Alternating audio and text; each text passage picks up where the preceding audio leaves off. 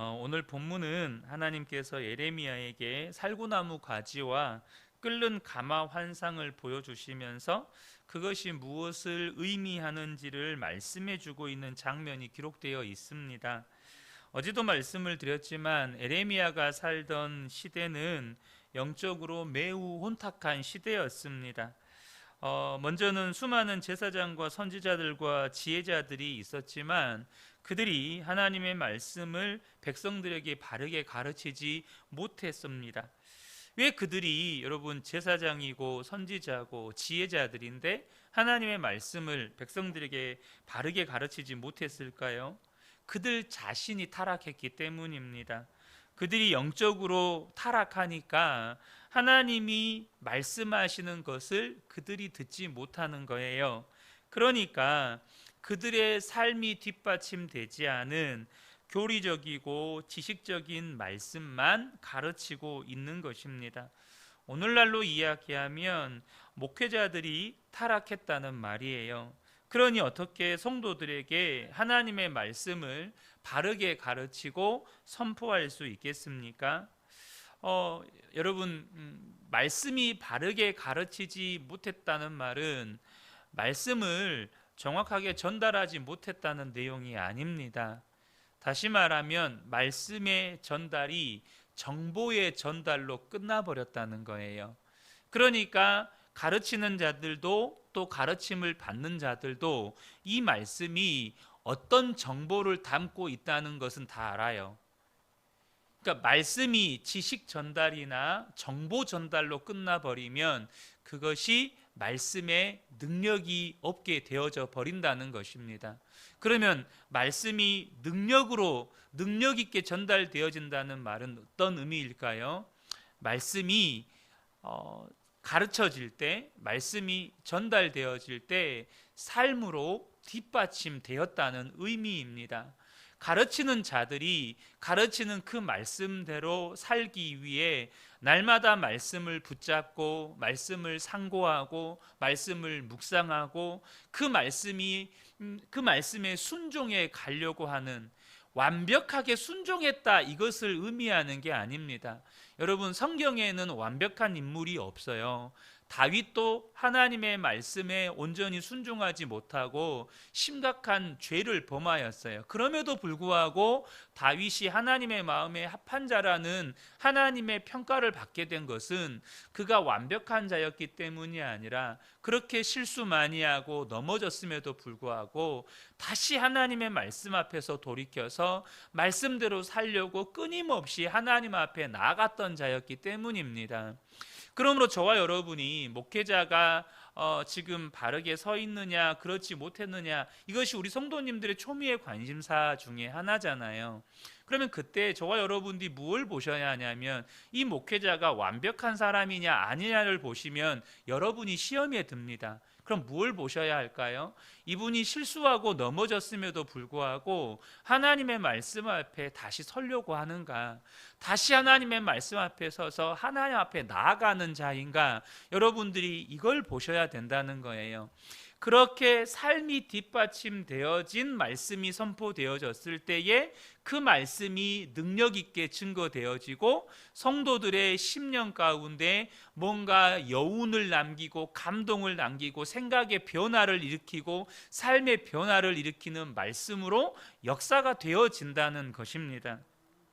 이처럼 당시의 수많은 지도자들이 영적으로 타락했습니다. 그들 자신에게도 말씀은 정보였고 지식이었고 교리였어요. 지식과 정보와 교리로만 전달되어진 말씀들은 백성들의 삶을 변화시키지 못했습니다. 그 결과 이스라엘 백성들이 하나님을 버렸어요. 다른 신을 숭배합니다. 손으로 만든 우상들, 이방 신상들 앞에 절하면서 복을 비는 거예요. 이방인들이 그들의 신들을 섬기면서 행했던 수많은 이방 종교의 행위들을 이 이스라엘 백성들이 따라가는 겁니다. 그 결과 하나님께서 이제 이스라엘 백성들에게 재판관이 되어서 판결을 내리시는 것처럼 심판하실 것이라고 말씀을 하시는 것입니다. 11절과 12절에 여호와의 말씀이 또 내게 임하니라. 이르시되 예레미야야 내가 무엇을 보느냐 하시매 내가 대답하되 내가 살구나무 가지를 보나이다. 여호와께서 내게 이르시되 내가 잘 보았도다. 이는 내가 내 말을 지켜 그대로 이루려 함이니라 하시니라. 먼저 예레미야에게 살구나무 가지 환상을 보여주십니다.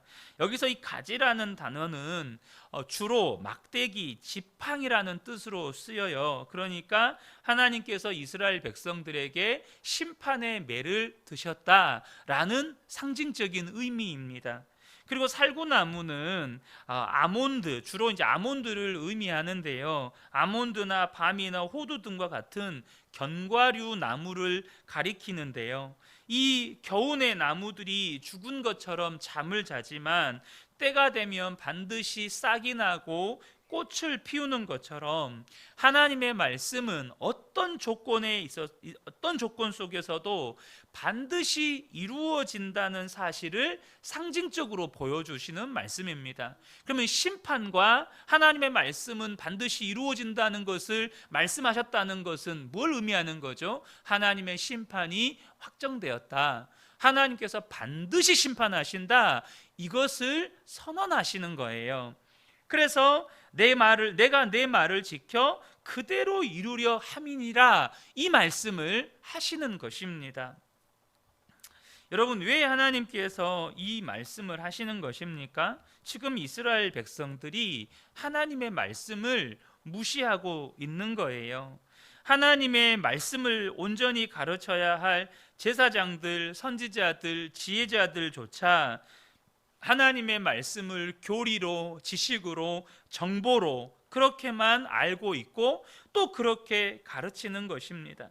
그러니까 하나님의 말씀을 가르치는 지도자들조차 하나님의 말씀을 가벼이 만홀히 여기고 믿지를 않는 거예요.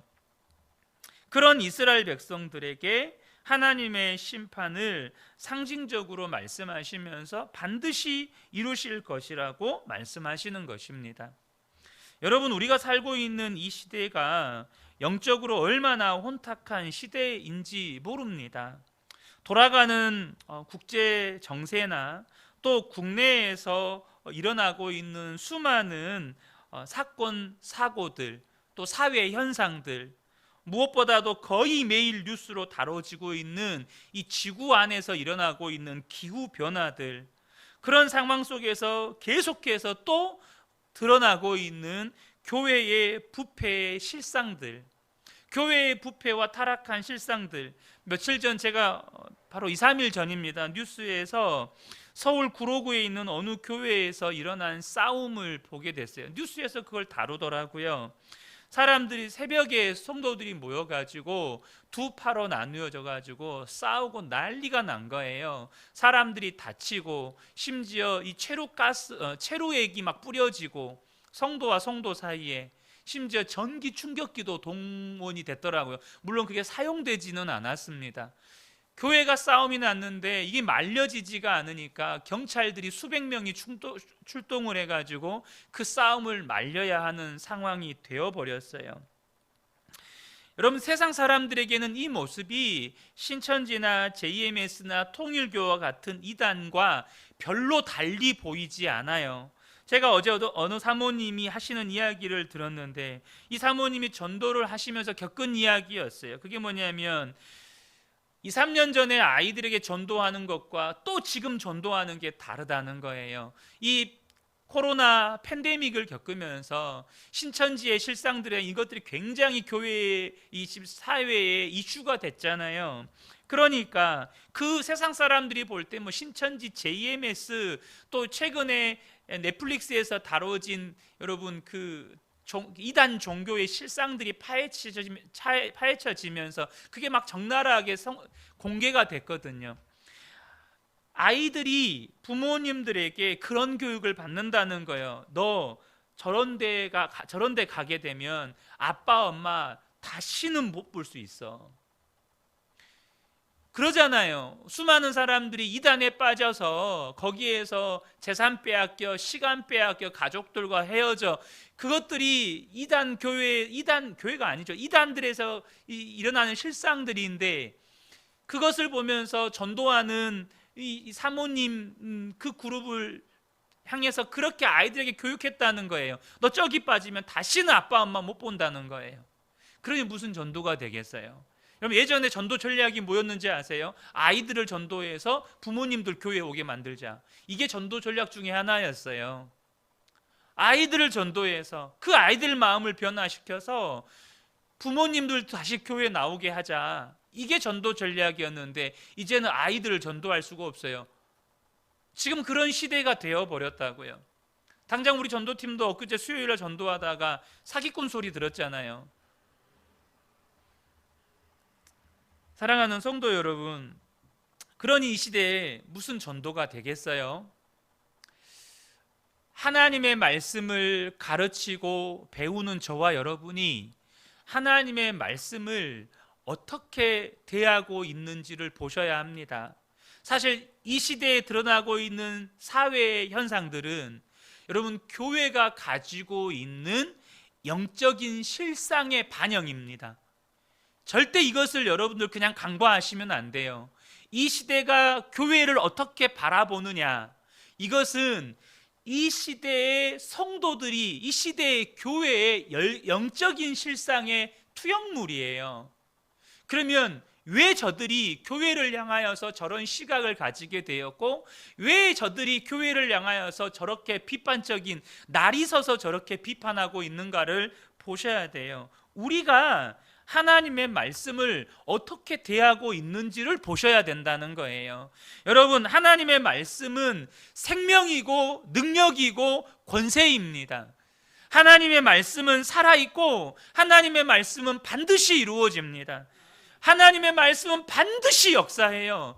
근데 저와 여러분이 하나님의 말씀을 생명으로 대하고 있고 능력으로 대하고 있고 권세로 대하고 있는지를 보셔야 된다는 거예요.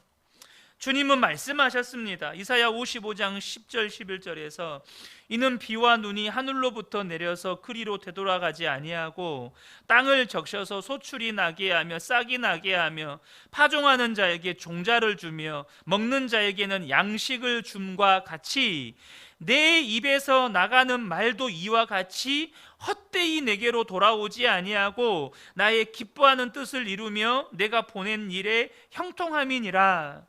하나님의 말씀은 하나님의 입에서 나가게 되면 반드시 그 말씀이 뜻하는 바를 이루어서 하나님께로 돌아온다는 거예요. 하나님의 말씀은 이 기록된 성경을 통해서 저와 여러분에게 하나님의 입술을 통해서 선포가 되었습니다. 이것은 우리 주님이 다시 오시는 그날까지 반드시 기록된 이 말씀대로 하나님이 원하신 뜻을 이루고 하나님께로 돌아갈 거예요. 저와 여러분이 이 말씀을 대할 때 어떠한 마음으로, 어떤 태도로, 어떠한 마음 상태로 대해야겠습니까? 하나님의 말씀은 생명입니다. 하나님의 말씀은 능력이에요. 하나님의 말씀은 우리 성도들의 모든 것입니다. 저와 여러분이 어떻게 하나님의 말씀을 대해야 할까요? 사무엘상 3장 10절에 사무엘이 하나님의 말씀을 어떻게 대했는지를 말씀해 주고 있습니다. 여호와께서 임하셔서 전과 같이 사무엘아 사무엘아 부르시는지라 사무엘이 이르시되 말씀하옵소서 주의 종이 듣겠나이다. 여러분, 이 새벽마다 하나님이 여러분을 부르신다는 거 아십니까? 여러분이 주일마다 하나님 앞에 나와서 예배할 때, 수요 예배 때 나와서 하나님 앞에 예배할 때, 여러분이 금요 기도에 나와서 하나님 앞에 예배할 때, 아니 여러분이 각자 삶의 현장에서 성경을 펴서 말씀을 읽을 때마다 하나님이 여러분의 이름을 부르신다는 거 아십니까? 그 말씀 앞에 섰을 때 저와 여러분이 어떤 태도로 말씀 앞에 서야겠습니까? 주님 말씀해 주십시오. 주의 종이 듣겠습니다. 하나님 제가 듣겠습니다. 저에게 말씀해 주십시오. 그런 사무엘이 어떤 복을 누립니까? 19절에 보면 사무엘이 자라매 여호와께서 그와 함께 계셔서 그의 말이 하나도 땅에 떨어지지 않게 하시니, 입술의 말이 하나도 땅에 떨어지지 않았다는 말은 무슨 말입니까? 사무엘의 입에서 나온 말과 그의 삶이 똑같았다는 거예요. 그러니 그의 입의 말은 권세가 있었고 능력이 있었고 힘이 있었고 영향력이 있었고 파괴력이 있었고 정말로 좌우의 나리선 검과 같이 이스라엘 백성들의 심령을 쪼개고 그들의 삶을 변화시켰다는 거예요. 왜 우리의 말에 능력이 없나요? 왜 우리의 말은 다른 사람들에게 어떤 영향력이 없습니까? 오히려 우리의 말들은 다른 사람들에게 상처 주고 아픔 주고 오히려 다른 사람들의 귀를 닫게 만들어버리고 눈을 닫게 만들어버려요. 특별히 이 시대의 교회와 성도들의 삶이 세상 사람들로 하여금 예수님을 향해서 눈을 닫고 귀를 닫게 만들어버렸어요. 도대체 뭐 때문입니까?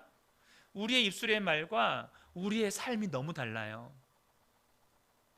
우리의 입술의 말과 우리의 삶이 너무 다르다는 거예요. 제가 좀 전에 서울 구로구에 있었던 어느 교회 이야기를 했었죠. 그렇게 사랑하라 사랑하라 말하는데 성도들은 경찰 병력이 동원돼서 갈라 놓아야 할 만큼 피 터지게 싸워요. 여러분, 이것이 그 교회만의 문제입니까? 우리의 문제입니다. 경찰도 못 뜯어 말릴 만큼 우리가 그렇게 서로 향해 날이 서 있어요. 제가 얼마 전에 이찬수 목사님 설교를 들었는데 이찬수 목사님이 그런 말씀을 하시더라고요. 제가 한국 교회를 보면서 너무너무 놀랬던 게 이찬수 목사님이 성도와 성도 간에 그렇게 상처받았다는 말을 많이 한다는 거예요. 누구 집사님 때문에 상처받았고 누구 목사님 때문에 상처받았고 누구 때문에 상처받았고 이 말을 한국 교회 성도들이 입에 달고 산다는 거예요. 뭐 때문일까요? 여러분, 우리가 다른 걸 다 누구 때문이 아니에요. 우리가 하나님의 말씀을 어떻게 대하고 있느냐는 거예요. 하나님의 말씀을 생명처럼 이 말씀이 아니면 나는 죽는다. 이 말씀이 없으면 나는 망한다. 이 말씀이 없으면 나는 시체다. 여러분, 우리 안에 하나님의 말씀을 대하는 태도가 근본에서부터 바뀌어야 된다는 겁니다. 하나님의 말씀을 대하는 태도가. 또 한 가지, 시간이 많이 됐지만 한 가지 예언이 이 끓는 가마에 대한 환상입니다. 이 말씀은 결국 하나님께서 바벨론을 들어서 이스라엘을 심판하시겠다는 말씀입니다.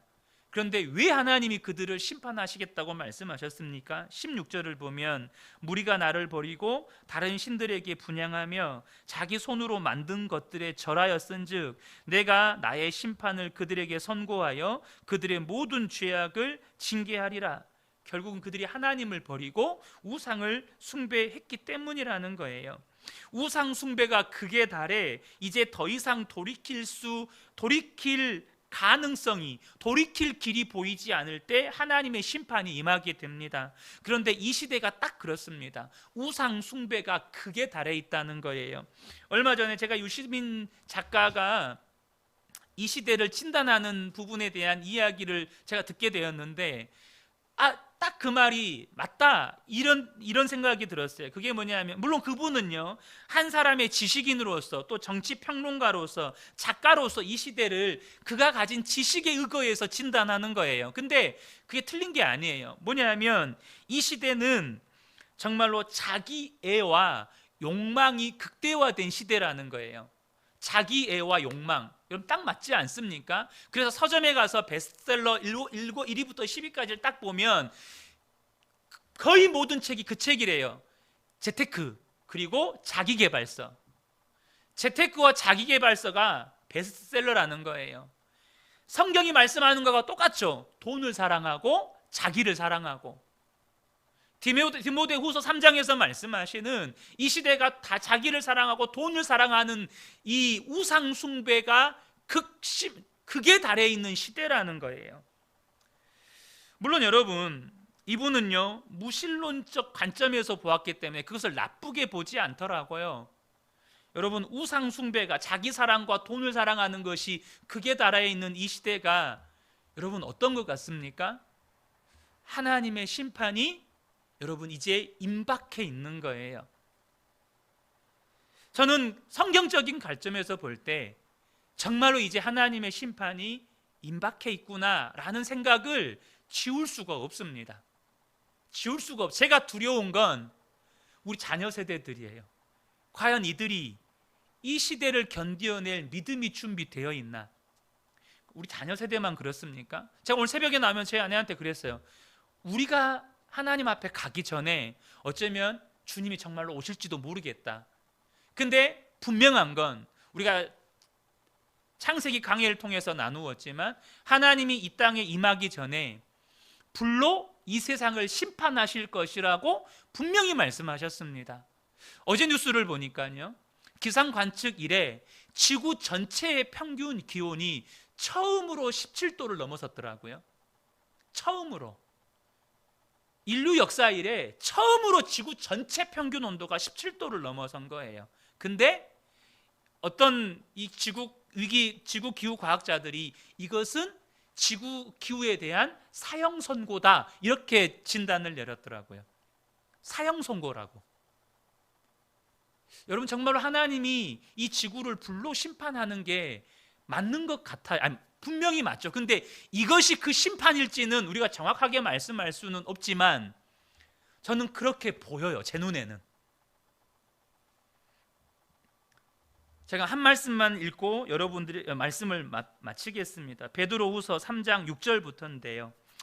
이로 말미암아 그때의 세상은 물로 넘침으로 멸망하였으되 이제 하늘과 땅은 그 동일한 말씀으로 불사르기 위하여 보호하신 바 되어 경건하지 아니하는 사람들의 심판과 멸망의 날까지 보존하여 두신 것이라. 사랑하는 자들아, 주께는 하루가 천년 같고 천년이 하루 같다는 이 한 가지를 잊지 말라. 주의 약속은 어떤 이들은 더디다고 생각하는 것 같이 더딘 것이 아니라 오직 주께서는 너희를 대하여 오래 참으사 아무도 멸망하지 아니하고 다 회개하기에 이르기를 원하시느니라. 그러나 주의 날이 도둑같이 오리니 그 날에는 하늘이 큰 소리로 떠나가고 물질이 뜨거운 불에 풀어지고 땅과 그 중에 있는 모든 일들이 드러나리로다. 이 모든 것이 이렇게 풀어지리니 너희가 어떠한 사람이 되어야 마땅하냐? 여러분, 우리가 어떤 사람이 되어야 하겠습니까? 하나님의 심판이 임박해 있는 이 시대를 살아가는 저와 여러분이 정말로 주 예수 그리스도 한 분만 바라보고 그 주 예수님과 동행하면서 거룩하고 정결한 주님의 신부로 준비되어 서 있게 되시기를 예수님의 이름으로 축복합니다. 아멘.